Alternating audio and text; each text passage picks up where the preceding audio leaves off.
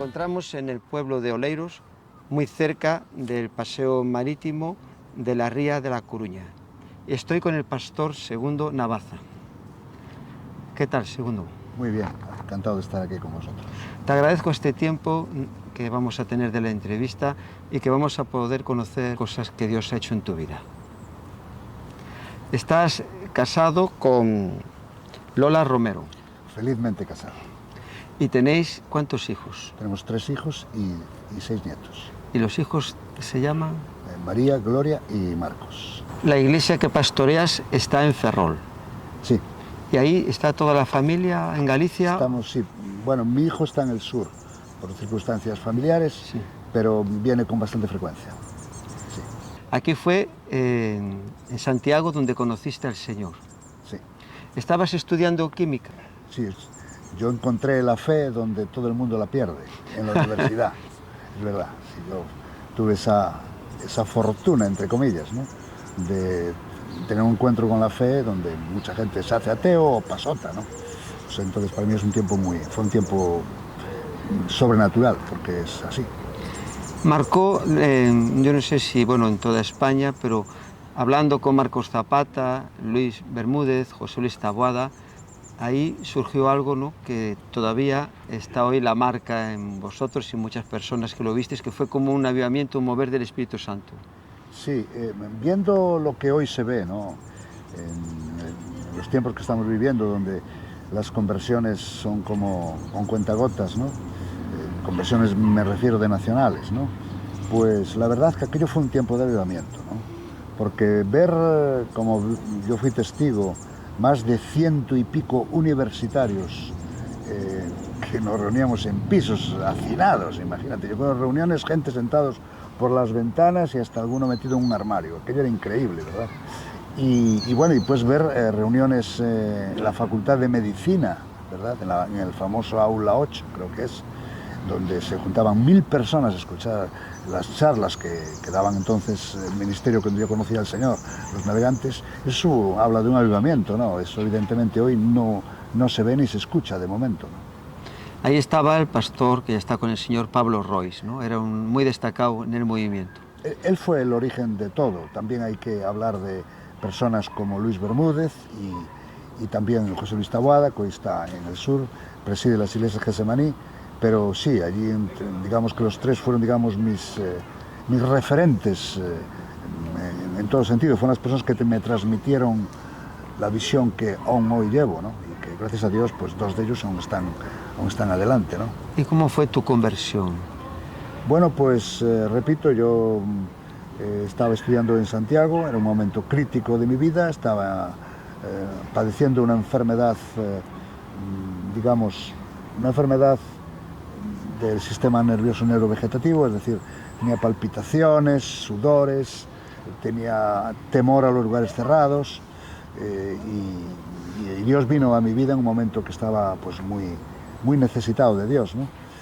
Y eso fue precisamente por una amiga, una compañera, una hermana de Pablo Royce, que fue la persona que me transmitió el Evangelio, y yo tuve una crisis. Ella me habló un año antes de mi conversión, ¿no? Y en ese año ella me confesó que había estado orando todos los días por mí, y tuvo su efecto. Año después yo caí como un pajarito a los pies de Cristo en un camping fuera de Galicia, que hacían precisamente los navegantes cada año, y ahí yo me convertí y ahí empezó mi periplo con el Señor hace ya 45 años. Gloria a Dios. ¿A tu esposa la conociste en la universidad o...? Sí, ella la conocí en el grupo, precisamente. La conocí cuando yo llevaba unos meses convertido, apareció ella, y al principio nada de nada, o sea, hasta no nos llevábamos ni bien, pero llegó el momento donde Dios apretó el acelerador y empezó a surgir algo entre nosotros, y bueno, hoy acabamos de cumplir este mes pasado 40 años de casados. Felicitaciones, vemos unas fotos y seguimos hablando.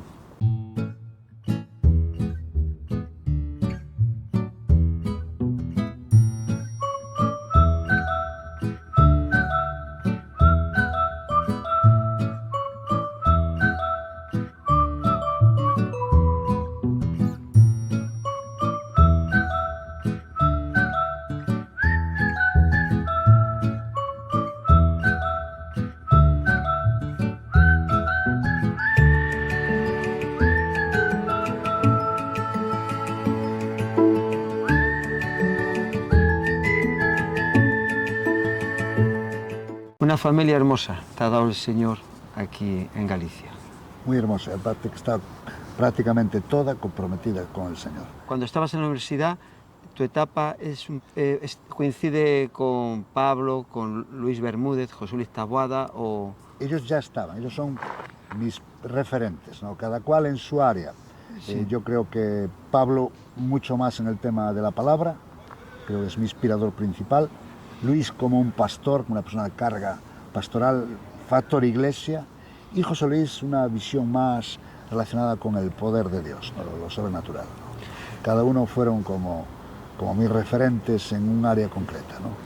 Después de ahí, ya los estudiantes van terminando la carrera y se queda en Santiago Luis Bermúdez y tú te vas para Ferrol. Sí, yo voy para Ferrol, pero hubo otros muchos que se fueron para otros lugares, diferentes sitios de España, por eso yo digo, aquello fue un avivamiento potencial, porque aquellos múltiples, aquellos números, mucha gente, ¿no? que conocieron al Señor, después fueron a lugares, Valladolid, Pontevedra, yo qué sé, lugares que no podríamos ni citar ahora, y eso abrieron nuevas iglesias, que eso es algo muy importante para la necesidad de España, que es la apertura de nuevas congregaciones, ¿no? Que de ahí, eso todo, por lo que hemos hablado y conocemos, los que hemos estado en Buenas Noticias, ha hecho que hoy exista la Federación de Iglesias Buenas Noticias. Y fuera de Buenas Noticias también. Por ejemplo, José Luis Taboada, él tiene un grupo de iglesias en el sur que se llaman Gesemaní, que es de un corte parecido, similar, y repito, no están. Y hay otra gente que están en otros movimientos, en otras iglesias, gente conocida de toda España y que han tenido su origen aquí,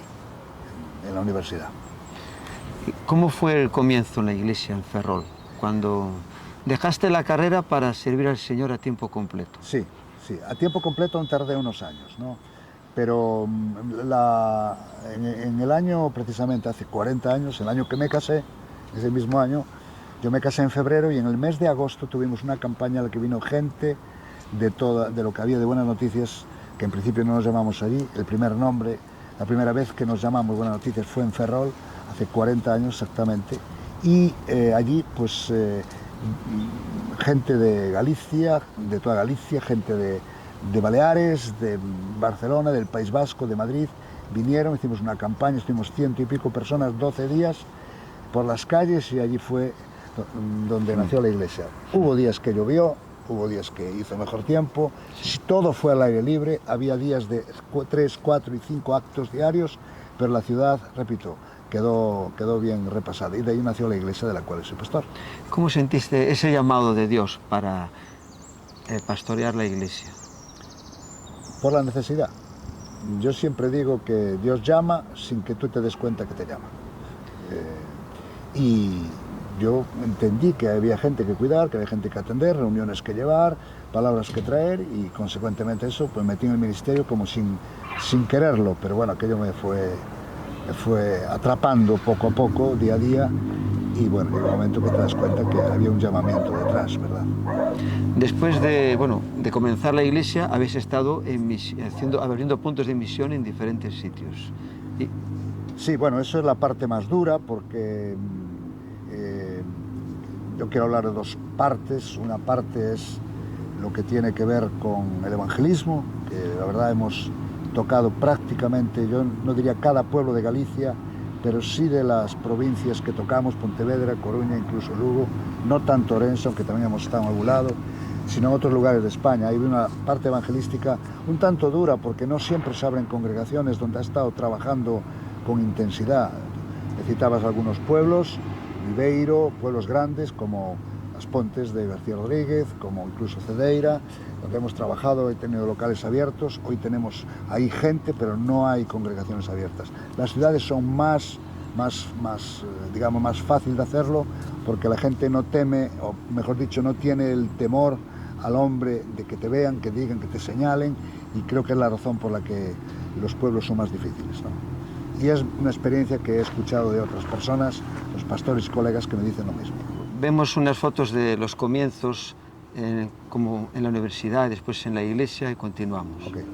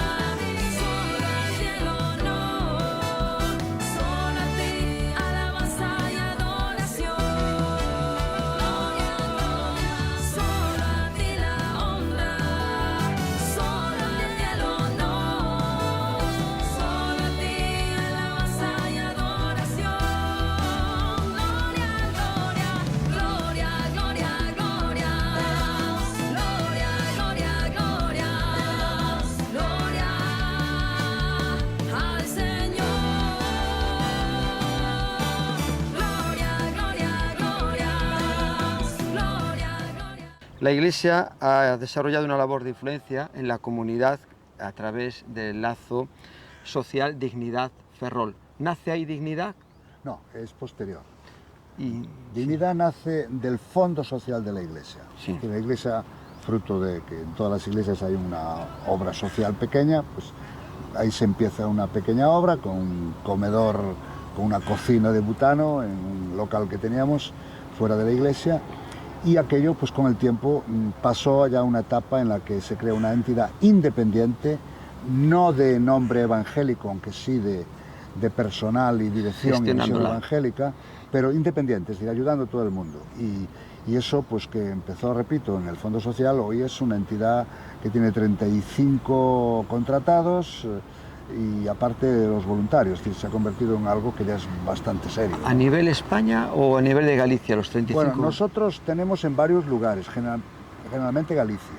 De donde vamos entendemos que la obra social debe de formar parte de, digamos, del trabajo espiritual, otra manera de trabajar espiritualmente, y es en lo social, ¿no? Ha llegado a ser un referente tan importante en la ciudad que acabáis recibiendo la insignia de oro de hace ya unos cuantos años de la ciudad de Ferrol. Nos dieron 2 reconocimientos, uno, mejor dicho 3, uno fue una vez que nos dijeron vete al ayuntamiento que os quieren decir algo, y anecdóticamente nos pusieron en una sala donde están los sillones, digamos, enmoquetados de rojo, los sillones clásicos. Yo casualmente ese día me había afeitado y nos iban a dar 100.000 pesetas de aquel tiempo, eso fue la primera vez, fue la medalla de plata. Pero unos años después ya nos dieron la medalla de oro de reconocimiento de entidad social solvente en la ciudad, ¿no? Pues nos dieron la medalla como entidad social. Había una medalla al mérito deportivo que se lo dieron a Gómez Noya, campeón del mundo de triatlón, y al grupo Milladoiro, es decir, era algo realmente que no era algo que daban porque sí. Ahora, yo quiero decir algo, ¿no? Y al año siguiente nos dieron un tercer galardón, y es que el diario de la ciudad, el diario de Ferrol, también nos reconoció como una entidad solvente y, digamos, y influyente de la ciudad. Ahora, yo que la compañía estoy diciendo que nosotros jamás buscamos, ni deseamos, ni esperábamos nada de esto. Estas cosas vinieron simplemente, pues parece ser que había un efecto en la ciudad, en los sectores de inclusión y de pobreza y de inmigración, que entendieron que nosotros formábamos parte de algo significativo. El Señor dijo, acordaos de los pobres, y es lo que hacemos. Me comentaron, segundo, que fuisteis pioneros con las tiendas solidarias. ¿Cómo nació eso? Bueno, la verdad es que fue algo espontáneo, que llegamos a tener hasta 8, ahora no tenemos tantas porque con la pandemia hubo que cerrar alguna y algunas no se ven necesarias. Bueno, son lugares de contacto, ¿no? De la gente viene a comprar, otros vienen a dejar ropa, entonces hay una oportunidad para que la gente desahogue, ¿no? Mucha gente ha venido ahí, ha sido pastoreada sin que digamos realmente lo que somos, pero sabiendo que los principios cristianos de amor y servicio, esos evidentemente son fundamentales. Pero empezó, repito, en una, y pues una quiso otra y otra quiso otra, y bueno, son lugares que, repito, que de alguna manera pues son lugares de servicio que no buscamos. Yo jamás tuve esta idea. Sí es verdad que hemos inspirado a muchísima gente, incluso de fuera de España, fíjate, gente de Inglaterra, gente de la zona del Mediterráneo, nos han pedido consejo y aún están en contacto con nosotros para abrir otras tiendas para ellos, para sus obras. Creo que ha sido una buena idea, pero sobre todo es un lugar de contacto, ¿no? Un lugar de contacto para que la gente a veces no viene a comprar ropa, vienen a desahogar, a contar sus problemas, pedir oración. Tenemos gente que, ya te digo, y a veces la gente no sabe ni que existe la iglesia. Si lo piden y lo preguntan, sí, pero no es el objetivo. Damos gloria al Señor, poderoso, Rey de amor, victorioso, te damos gloria, gloria, gloria, gloria. Escribiste un libro que es el trato de Dios hacia sus hijos. Sí. ¿Cómo nace esa iniciativa? Es un libro antiguo, lo que pasa es que yo lo tenía en el ordenador y un día decidí editarlo por si, bueno, lo tenía en PDF, se lo mandé a alguien me dijo, oye, qué bueno, qué bien le hizo a fulano. Entonces dije, pues voy a editarlo y así, pues al menos pues dejas como una semilla y al final pues lo que ocurrió fue que me sorprendí de gente de muchas partes, no digo todo el mundo, pero gente le gustó lo que decía porque viene de una etapa crítica de mi vida, muy crítica, muchísimas dificultades, no estaba bien ni de salud siquiera, y en la iglesia las cosas no iban bien. Entonces entendí algo del Señor, lo transmití en un libro que es un libro repito, de motivación, de ánimo, de consuelo, ¿verdad? Totalmente bíblico y ahí está. Y ni siquiera lo vendo. ¿Y alguna cosa así que destaques del libro para los que nos están oyendo? Algo que cuando lo has escrito... Bueno, el libro es mi vida y lo que yo viví, y lo que a mí me pasó. Y dice la Escritura que los mismos padecimientos van pasando a los hermanos en todo el mundo. Bueno, pues esto puede servirle para otros, ¿no? Simplemente. No es el mejor libro, ni es el único libro, ni es el libro ideal. Es un libro más para acompañar a gente que no entienden lo que están pasando, que no entienden a Dios, que no entienden lo que les está ocurriendo, que no entienden exactamente por qué a ellos, y esto pues viene con este pasaje de Hebreos, ¿verdad?, de que Dios al que ama disciplina, que de alguna manera es lo central del libro, intenta llevarles un mensaje de ánimo y de consuelo. Tienes muchos hijos espirituales que has preparado para el liderazgo y hoy en día están, como es Marcos Zapata, en Lugo y en otras iglesias, con ministerios grandes, potentes y sirviendo al Señor con mucha eficacia. ¿Alguna de las claves?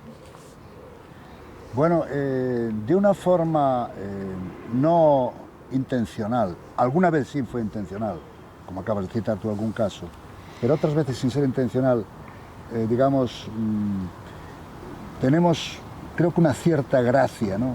Porque he podido en algún momento contar hasta 12 congregaciones abiertas por discípulos o gente que ha acompañado, que he estado con ellos, que nos han buscado para consejo, hemos tenido una relación, y por toda España. Entonces, creo que es una gracia de Dios, ¿no? Así como la Biblia habla de dones y habla de ministerios, pues unos son más evangelistas, otros son más pastores, otros son más maestros, otros son más apostólicos, otros son más proféticos. Bueno, yo creo que es una gracia que Dios nos ha dado para poder impulsar en este país a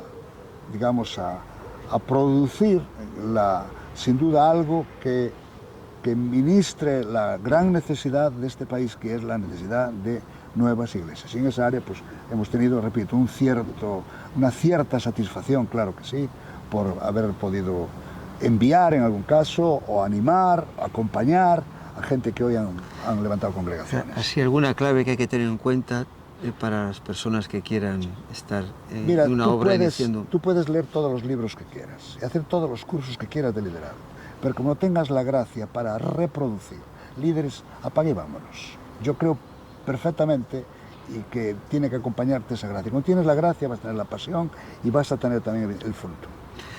Ahora que hablas de la pasión, con todas las personas que te conocen, dicen que eres muy apasionado con las cosas de Dios. A ver, yo apasionado naturalmente no lo soy. Más bien, soy una persona más bien tímida e introvertida, más bien. Lo que sí es cierto es que cuando en la intimidad con Dios, que evidentemente es un tema muy recurrente, que todo el mundo habla de eso, hay que tener intimidad con Dios, y claro que sí, yo creo perfectamente en eso y apuesto por eso. Cuando Dios te habla, y yo sé lo que me habla, y entiendo que es Él que me habló, y lo manifiesto exteriormente, eso se transforma en pasión y en fuego, muchas veces, ¿no? Recuerda el texto aquel de los dos de Maús que decían, ¿no nos ardía el corazón cuando nos hablaba en el camino? Yo creo que la clave es el estar atento a esas cosas que Dios ha dicho. Y a mí el Señor me ha hablado cosas para este país, cosas que aún no he visto, pero cuando las proclamo, no las puedo proclamar de forma muy lábil, mucha quietud. Me sale la pasión, eso es a lo que creo que te refieres. Sí, que te transformas. Exactamente. Hay una experiencia en tu vida que la escuché hace muchos años en un retiro, con esa pasión que estamos hablando, que ibais en un coche por un sitio y de repente aparecéis como más kilómetros adelante. Sí, eso pasó hace muchos años. ¿Cómo fue? Es que me quedó marcado, estaba allí y nos quedamos todos allí petrificados. Fue una experiencia de traslado sí. espiritual. lo que le pasó a Felipe. ¿Y cómo fue eso? Porque eso te marca para siempre. Bueno, es una historia larga, pero decirnos Sí. que íbamos en una situación, tuvimos de repente íbamos en un 600, mi mujer y yo, de repente perdimos todo, como que se apagó todo, se fue la luz, exterior, había una tormenta terrible, todo oscuro, estábamos en una zona digamos, de muchísimas curvas con precipicios, en una zona que conecta la costa de Ferrol con Ferrol, y entonces empezamos a alabar a Dios porque yo me imaginé que estaba pasando algo muy gordo y de repente el coche se nos para en medio de la carretera, no sé por qué, se pone el tablerón rojo y clamamos a Dios como desesperados, pero clamamos alabándole, porque yo estaba leyendo un libro sobre la alabanza y alabamos a Dios pero con todas nuestras fuerzas, y de repente todo se pone bien, el limpiaparabrisas empieza a funcionar, la lluvia como que se levanta como una cortina y estábamos dentro de la ciudad. Esto pasó a 5.2 kilómetros de la ciudad. Estábamos en la entrada de la ciudad. Para mí fue un hecho sobrenatural que jamás olvidaré. Si me hubiera pasado a mí solo, pensaría que era una sugestión o una paranoia, pero íbamos 2 personas. Ni mi mujer y yo podemos olvidar ese momento. Eso fue así. He escuchado historias de que pasó yendo de Madrid a Barcelona. ¿Qué va? No. Pasó de Cobas a Ferrol, que justo en la que se llama una bajada sinuosa con muchísimas curvas. Y bueno, hay 5.2 kilómetros. ¿Seguisteis con el coche o lo dejasteis parado o algo así? El coche le hemos hecho muy No, mal. no digo allí en ese momento. No, partimos con el Pero coche. después, ¿continuasteis con el coche o dijisteis vamos? Bueno, yo solo puedo decir una cosa. Cuando entramos en la ciudad, yo tuve una sensación de temor reverente que jamás en mi vida he tenido. Tenía temor de Dios, estaba temblando, porque yo no podía entender cómo Dios podía llegar a hacer esas cosas. Para mí fue algo que no me pasó nunca y creo que eso solo pasará cuando estemos en la presencia de Dios. Temor reverente, o sea, no es alegría y ponerme a botar de alegría porque algo ocurrió, sino me doy cuenta que la presencia de Dios es algo más seria.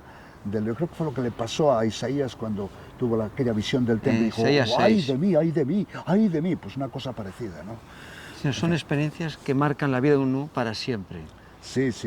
Yo hace años que no las cuento ya, porque no sé, parece, pero no, son únicas, sí. Eso fue increíble.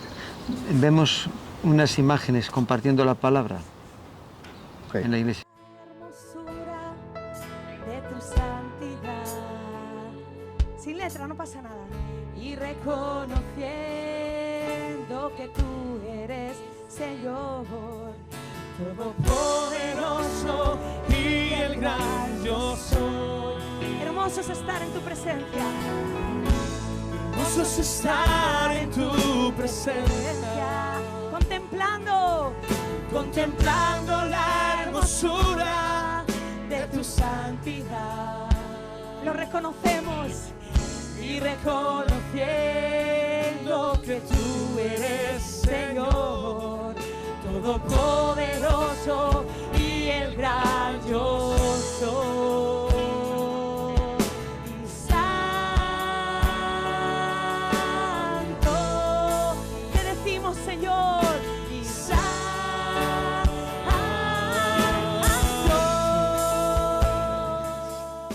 Según Dios se le aparece, ya le dice algo. Varón esforzado y valiente. Aquí, de alguna manera, el ángel le está transmitiendo a Gedeón algo que había en él, ¿no? Quizás él no lo veía de todo, o pensaba que no lo tenía, pero él le llama varón esforzado y valiente. Y es que esto es una línea común a lo largo de toda la Escritura. Y es que la palabra dice cosas de ti y de mí que nos cuesta creer. Algunas te has acostumbrado, ¿verdad? De repente, de la noche a la mañana, pasas a ser una criatura a ser un hijo de Dios. Una criatura, como es una piedra, como es un gato, como es, ¿verdad?, una hierba, a ser un hijo de Dios. O a ser un impío. Pues pasas de la noche a la mañana. Es decir, en un momento, en un segundo, Dios te hace hijo. Él te mete en su familia. Ya tienes una identidad familiar, ¿verdad? Pasas a ser parte de su cuerpo, es decir, una parte, mano, ojo, pie. Pasas a ser, repito, de sus amigos, como dice Jesús. Dios te ha hecho su amigo. Dije, no, ya no os llamaré siervos, siervos también, os llamaré amigos, ¿verdad? Es decir, Dios nos da una identidad que es algo más que teoría. Hay quien piensa que hablar de la identidad del cristiano es teórico. Yo no lo veo en absoluto teórico. ¿Por qué digo esto? La Biblia dice, en Cristo somos nueva criatura. Nueva criatura, es decir, nueva persona, nueva identidad. Eres algo nuevo. Dice, lo pasado pasó y aquí todo está siendo hecho nuevo. Es decir, a partir de ahora puedo orar al Padre y obtener respuesta, cosa que antes mi identidad no me lo permitía. Ahí podemos comprobar que tienes esa pasión, estás con esa fuerza que Dios pone en tu vida. Que hace que sea, está el Espíritu Santo, ¿no? Pero que hace que sea todavía más convincente. Pues ya te dije antes que yo me gusta hablar no lo que leo, ni que aprendo, ni que escucho en otras cosas. Me gusta escuchar a Dios. Evidentemente todo es aprovechable, pero cuando me enciendo es que hay algo que está ardiendo, que ha sido o que viene, que procede de algo que he escuchado directamente de Dios, ¿no? Por cierto, yo no voy de visionario ni de que escucha a Dios. Esto me pasa algunas veces y es lo que da lugar a esto, ¿no? Has viajado por diferentes países, ¿no? Con hermanos en busca de, cuando habéis oído del mover de Dios en determinado sitio, habéis viajado y querido ver un poco eso, ¿no? Como lo que está haciendo Dios, el Espíritu Santo ahí. Y te voy a decir algo, Marcos. Yo he estado en Inglaterra, buscando el mover de Dios en un momento. He estado en Alemania, por citar lo más significativo. Y sobre todo he estado en Portugal. Y en todos esos lugares he visto cosas del mover de Dios. Pero lo más bonito, lo que más, digamos, me enganchó y lo que más me apasionó es lo que vi en España. Dios me ha permitido ver pequeñas cosas en lugares de lo más increíble, ¿verdad? Reuniones de lo más normal, que han pasado cosas tan bonitas, tan extraordinarias, que eso me da ánimo e ilusión para ver y comprender lo que se acerca a este país. ¿Algún ejemplo así de algún sitio que así de los más significativo, algo que en España? Prefiero reservarlo. Nunca hablo de estas cosas porque ya sabes cómo son los medios de comunicación. Después lo utilizan para llamarte. Creo que yo ya he visto las primicias de lo mucho que va a venir a este país. Ya lo he visto. Y es algo sorprendente. Jóvenes, adultos, ancianos, niños, bajo el poder de Dios. Yo lo he visto en algún momento, repito, no lo he visto muchas veces, pero hay 4 o 5 momentos de mi vida, a veces trabajando con otras denominaciones, en lugares de lo menos espiritual que te puedas imaginar, caer el poder de Dios y darle una vuelta a la reunión, al momento, y ver jóvenes llorados, quebrantados, tirados en el suelo y aún expulsando demonios por la boca. Esas cosas las he visto en algunas veces y espero que algún día sea lo normal. Sobre el mover de Dios en España. Sí, yo quiero decir algo. Yo creo que la gente está abierta a Dios. Estoy hablando de los propios creyentes. Pero una cosa es estar abierta a Dios y otra cosa es estar abierta al mover de Dios. Si tú examinas, y no superficialmente, el primer gran mover del Nuevo Testamento, que fue en Pentecostés, ya Jesús había resucitado, ¿verdad? Y ya se había ido a los cielos. Vemos que cuando vino el Espíritu Santo que había prometido, se produjeron 5 tipos de reacciones diferentes. Una era confusos, otra era perplejos, otra era atónitos y otra era maravillados. Y una última es que se burlaron. Si tú examinas de las 5, solo una fue perfectamente positiva. Solo una. Las otras, confusos, burlándose, y uno está diciendo, ¿esto qué es? No estaba la gente tan preparada para cuando Dios venga. Mira, Dios no va a preguntarte cómo se va a mover. Ni a ti, ni a mí, ni a nadie. Él va a venir y lo va a hacer. Yo recuerdo a John Wesley, que nadie duda de que fue un gran avivador. Él vio y experimentó grandes cosas, pero él decía una cosa, su oración era, Señor, envía un avivamiento, pero envíalo sin excesos. Y se quedaba en silencio y decía, bueno, si lo vas a enviar con excesos, envíalo de todos modos. Entonces, hay que entender que una cosa es estar abierto a Dios, eso cualquier creyente lo está, otra cosa es estar abierto al mover de Dios. Lo hemos visto ahora en Asbury, y lo hemos visto en Gales, lo hemos visto en Azusa y en España. Tendremos que estar preparados para lo que venga. No solo es cuestión de querer de Dios, sino querer el mover de Dios. Y eso significa que quizás Dios va a humillar nuestras mentes, no te quepa la menor duda. Te puedo recorrer la Biblia de Génesis a Apocalipsis, verás que Dios siempre ha humillado la mente del ser humano. O sea, no es a mi manera, no es a mi gusto, no es como me gustaría, no va a ser políticamente correcto, va a ser a la manera de Dios. Y como ves, en tu relación con muchas iglesias, ¿cómo está la iglesia ahora mismo? Porque ahora, con esto de la tecnología, tuvimos lo del COVID, ahora se está volviendo a la normalidad, ha impulsado, pero ahora mismo, ¿cómo ves? Porque vosotros venís de unos tiempos donde no había tanta tecnología y se vivía la fe, ¿no?, como más directa. Hoy en día está también la tecnología que ayuda mucho a las personas mayores si no pueden ir a la iglesia. Bien, yo sobre la tecnología no tengo nada negativo que decir, que creo que es positivo, muy positiva, claro que sí, en el tiempo del COVID ha ayudado, pero en relación a cómo ver la iglesia, que la primera pregunta que me hacías, decirte que la iglesia española ha hecho de todo ya, lo ha probado todo. Es una iglesia esforzada, muy trabajada, muy quemada, claro que sí, y no es para echarles en cara que puedan estar fríos o apáticos. En este país se ha probado todo, se ha hecho campañas, se ha hecho salidas en la calle, cultos en la calle, sistemas de crecimiento, se han aplicado todos los protocolos americanos, todos los sistemas de células, nosotros los hemos hecho prácticamente todos, y al final el crecimiento es mínimo, ¿no?, salvo en el lado latinoamericano, que ahí sí que se ve que son países que están tocados por Dios. Pero creo que yo estoy convencido que España está en la última hoja de la agenda divina, estoy convencido, y tenemos que estar expectantes, esperando que esto ocurra, porque, repito, nuestro trabajo en el Señor, y ya lo acabo de citar cuál fue, no es en vano. Vendrá el tiempo donde vendrá remuneración y pago para todos aquellos que han estado y hemos estado ahí precisamente dando el callo, soportando la vergüenza, la ignominia, el oprobio de una sociedad que a veces te ven como secta, que a veces te ven como bichos raros, que a veces te comparan con testigos de Jehová o mormones o lo que sea.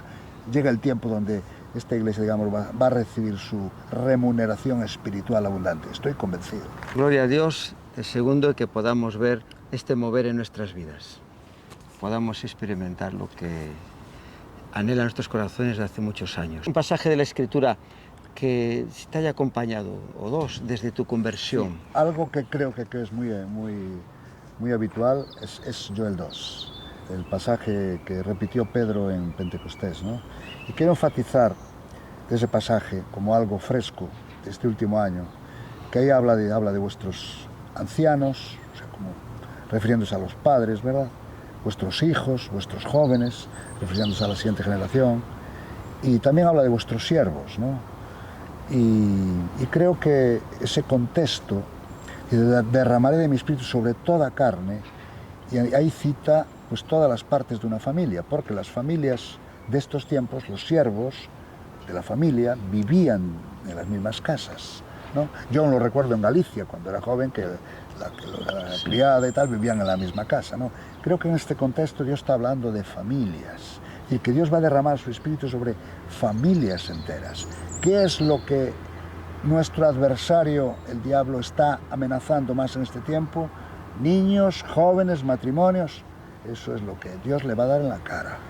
Dios va a derramar su espíritu, va a levantar familias llenas, familias enteras, llenas del Espíritu Santo, para darle una respuesta a ese ataque de división, de distorsión de la familia y todo lo que tiene que ver con ella, con su educación, con su genética, con su esencia.